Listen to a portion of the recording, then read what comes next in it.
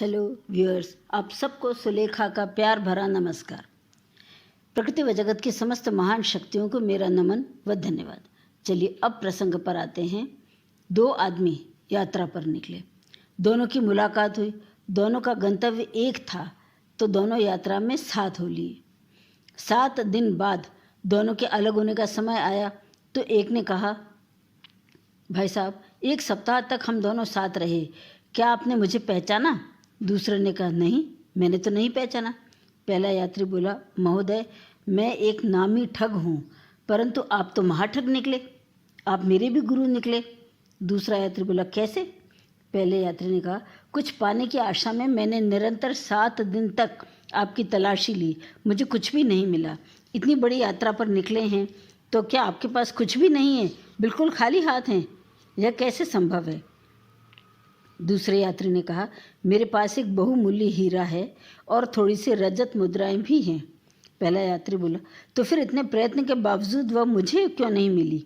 दूसरा यात्री बोला, मैं जब भी बाहर जाता वह हीरा और मुद्राएं तुम्हारी पोटली में रख देता था और तुम 7 दिन तक मेरी झोली में मेरी पोटली टटोलते रहे, अपनी पोटली संभालने की ज़रूरत ही नहीं समझी, तो फिर तुम्हें कुछ मिलता कहाँ से?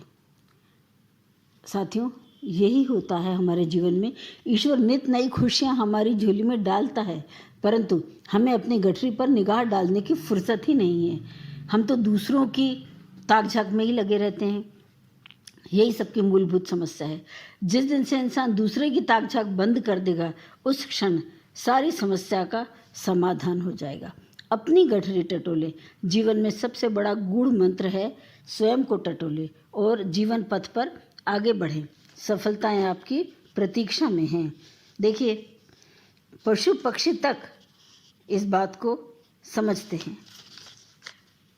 एकमात्र पक्षी रेवेन है जो बाज, आकाश के बादशाह को भी चोंच मारने की हिम्मत करता है। रेवेन बाज को चोंच मारने की हिम्मत करता है। वह बाज की पीठ पर बैठ जाता है और उसकी गर्दन पर अपनी चोंच से काटता है। हालांकि बाज जवाब नहीं देता और न ही रेवेन से लड़ता है। वो रेवेन से लड़ने में अपनी ताकत खर्च नहीं करता। बाज रेवेन के साथ लड़ने में समय और ऊर्जा बर्बाद नहीं करता और बाज सिर्फ अपने पंख खोलता है और आसमान में ऊंची उड़ान भरने लगता है। उड़ान जितनी ऊंची होती जाती है, रेवेन को सांस लेने के लिए उतनी ही कठिनाई होती जाती है और अंत में ऑक्सीजन की कमी के कारण रेवेन गिर जाता है। इसीलिए कभी कभी सभी लड़ाइयों का जवाब देने की आवश्यकता नहीं होती।